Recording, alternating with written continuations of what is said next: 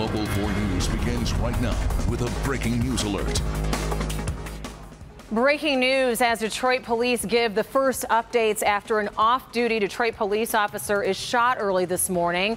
That tops our news this half hour. Thanks so much for joining us. We do want to go live to Jason Colthorpe. He is outside of Detroit Receiving Hospital where that officer is being treated. And Jason, how's he doing? That's the good news, Rhonda. He's doing much better. He's conscious. I'm going to let the chief tell you in just a moment, who we just got done speaking to just a few moments ago. I'm going to let him share the good news on the status of that officer. Let me tell you a little bit about him before. This is a guy who's only 6 months out of the academy. And the way the chief puts it, his training kicked in last night when he was just getting off duty, and he showed up at the Motor City liquor store off duty. Got something there when someone encountered him, came running at him from about 25 feet away, had a gun in his hand. There was some sort of altercation. Shots were fired. The officer killed that man, but he was hit once in the chest and once in the leg. Now, here's how it all went down after that.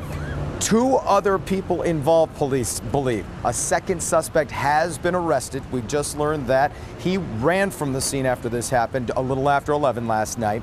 Police captured him. There was another guy in a car who police find, this is the part they find disturbing, he wasn't in any hurry to leave the scene. He had a vehicle, but he went over and not only didn't leave right away, he took the gun of the dead man and the police officer. It was his service revolver. Took those, left the scene. Police are now looking for him. Not much of a description. We'll get back to that. First, here's the chief updating us today on the condition of this officer.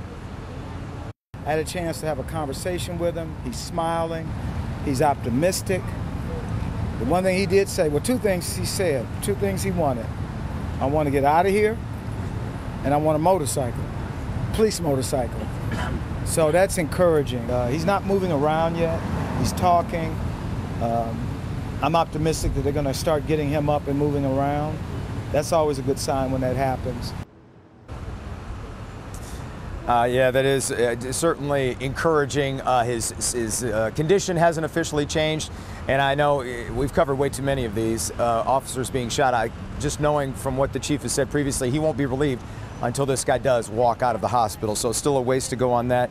And also, he hasn't gotten the motorcycle yet, but they're gonna do everything they can to do that.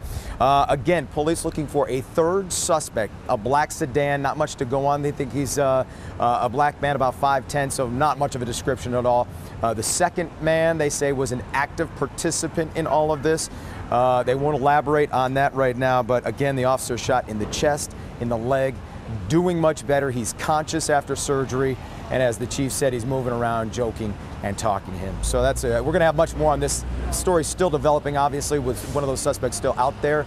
We'll be bringing it to you all day here on Local 4. Oh, Rhonda? Jason, just so relieved to hear the news that he's going to be okay and he's up joking, and he should definitely get that motorcycle.